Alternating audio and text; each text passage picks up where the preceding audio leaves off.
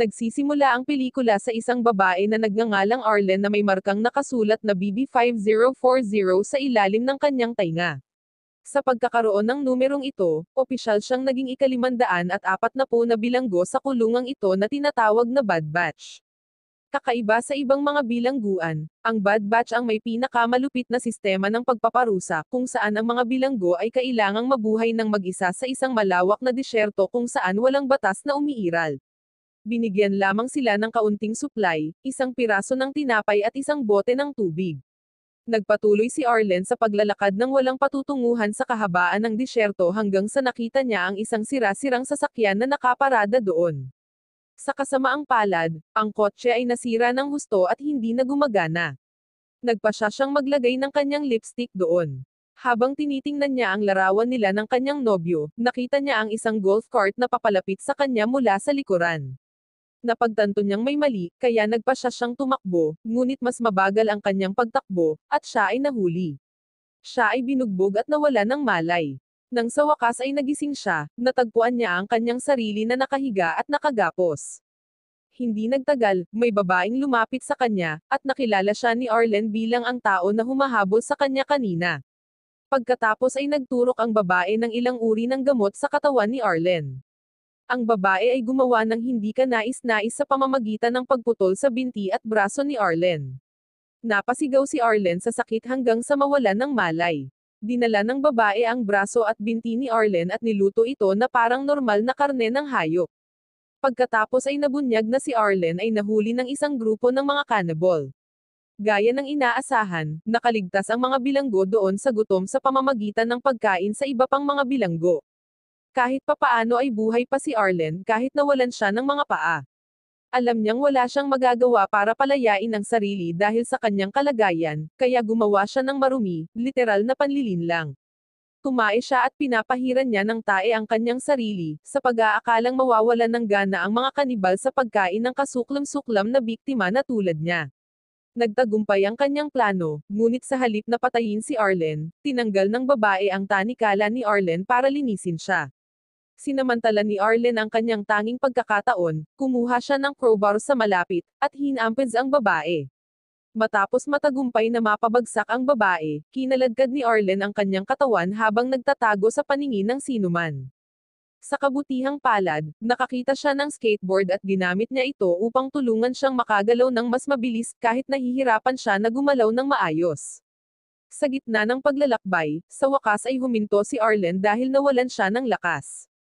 Na-dehydrate siya ng husto dahil sa sobrang init. Hindi nagtagal, may dumating na matanda na may dalang trolley. Huminto siya at isinakay si Arlen sa kanyang trolley. Pagkatapos maglakad ng napakalayo, sa wakas ay nakarating sila sa isang lugar na tinatawag na Comfort. Sinalubong sila ng ibang mga preso na nagbabantay sa pasukan. Pagkatapos ay ibinaba ng matanda si Arlen doon at umalis nang walang sinasabi. Pagkalipas ng 5 buwan, mas maganda na ang kalagayan ni Arlen kaysa dati.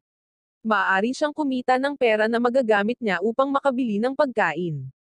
Namuhay siya tulad ng isang matino na tao, hindi katulad sa labas kung saan ang mga tao ay kailangang pumatay para sa pagkain at maging mga ganid. Nagkaroon din siya ng prosthetic na binti upang tulungan siyang maglakad muli ng normal at isang bahay na matitirhan.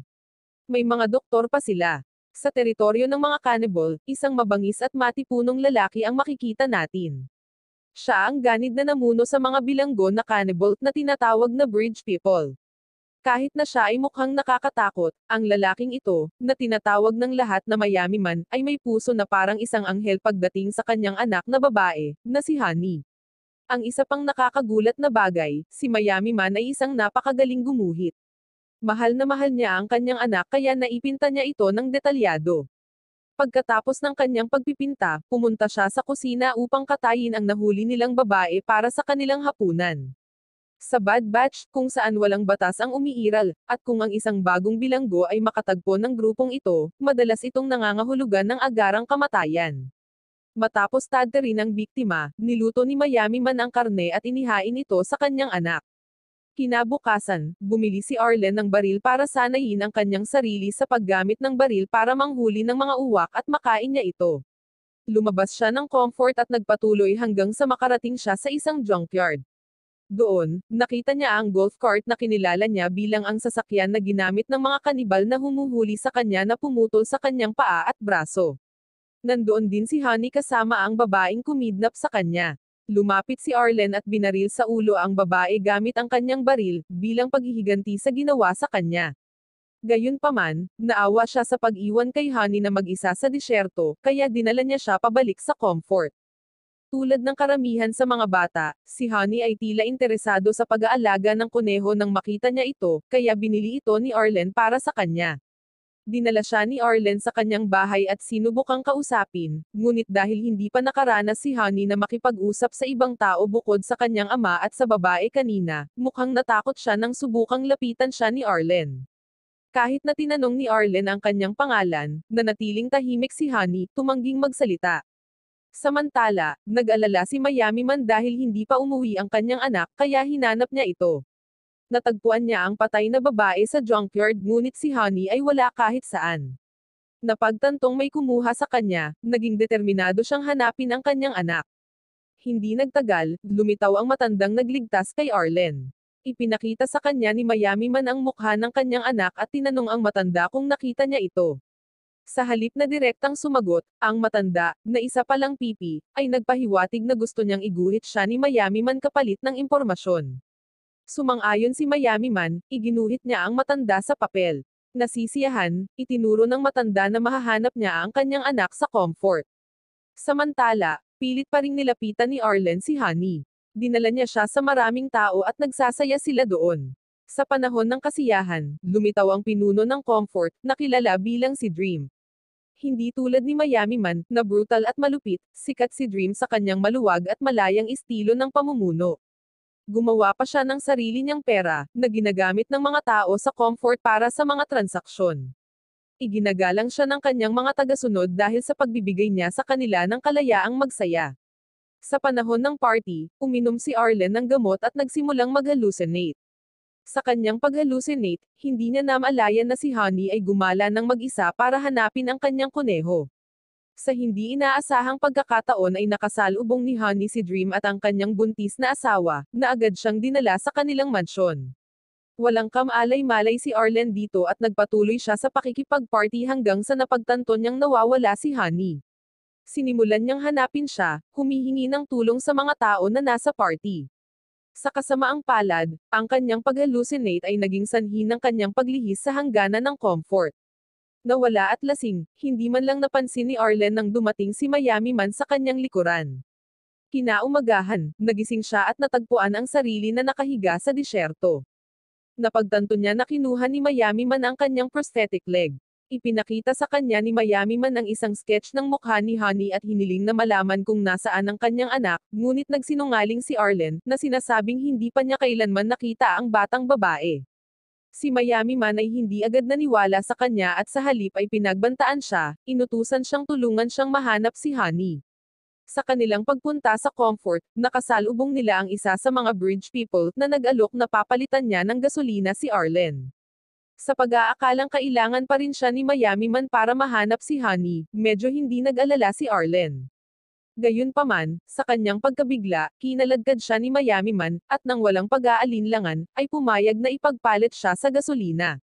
Nang malapit nang dalhin ng bridgeman si Arlen sakay ng kanyang motorsiklo, biglang inihagis ni Miami Man ang kanyang kutsilyo, na ikinamatay ng lalaki. Dahil siya ay kanibal, kinuha ni Miami Man ang laman ng lalaki upang kainin mamaya, kinuha ang motorsiklo, at ipinagpatuloy ang paglalakbay kasama si Arlen. Sa isang punto, huminto sila dahil kailangan ni Arlen na umihi, ngunit biglang dumating ang sandstorm.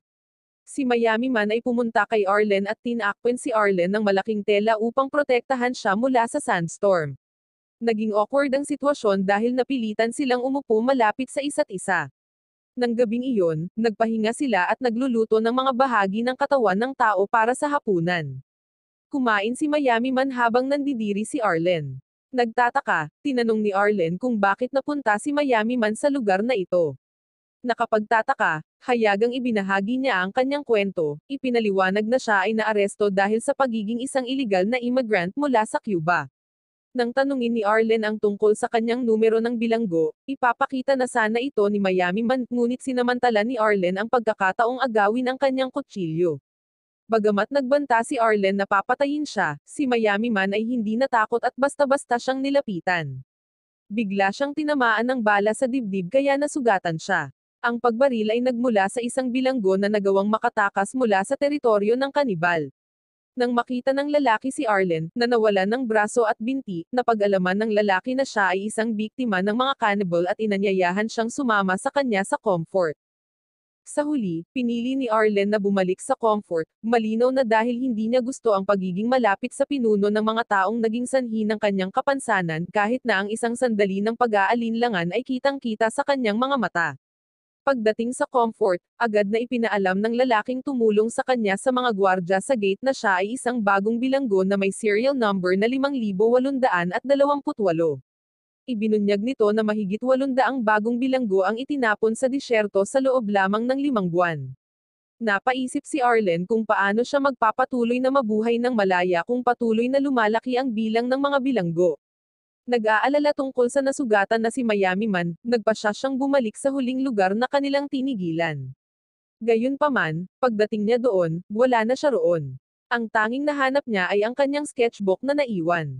Sa ibang lugar, natagpuan ng matandang lalaki si Miami Man na nakahiga at walang malay. Mabait tulad ng dati, inalagaan ng matandang lalaki si Miami Man at ginagamot ang tama ng bala sa kanyang dibdib. Samantala, tiningnan ni Arlen ang sketchbook ni Miami Man at nagpasyang tulungan siyang mahanap si Honey.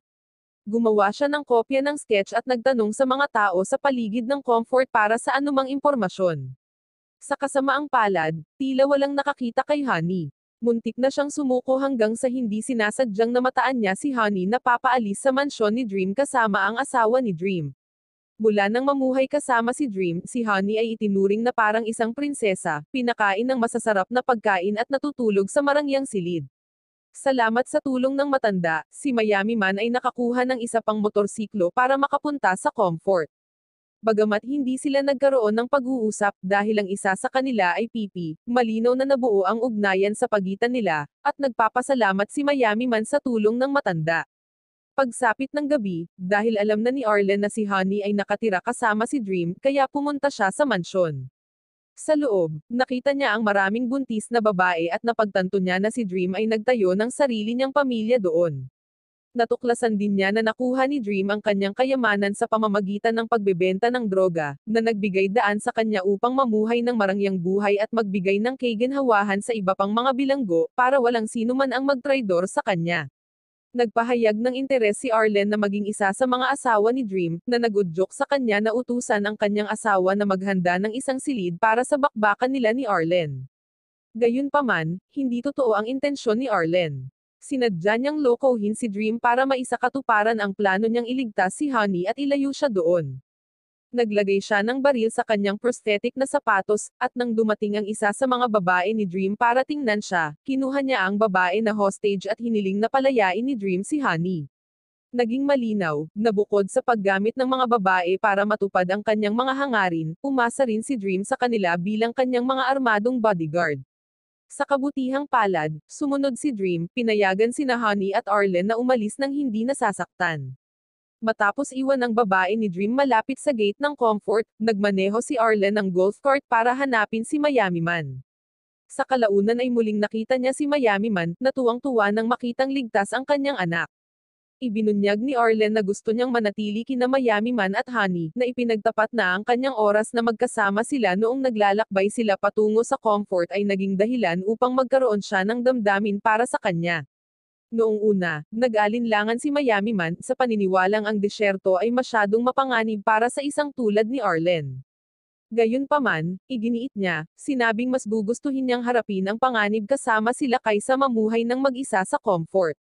Si Honey, na nasasanay sa kaginhawaan na naranasan niya sa mansyon ni Dream, ay biglang humingi ng spaghetti. Dahil wala siyang akses sa ganoong mga pagkain, kinuha ni Miami Man ang alagang kuneho ni Honey at niluto ito para sa hapunan, na labis na ikinadismaya ng batang babae. Habang sila ay nakaupo malapit sa apoy, kumakain ng kuneho at nakikinig sa mga tahimik na singhot ni Honey, silang tatlo ay nagsimulang magbuklod, na bumuo ng kakaiba ngunit taos-pusong pamilya sa malawak na disyerto. Wow naman! Doon nagtatapos ang pelikula mga idolo, salamat sa inyong panonood.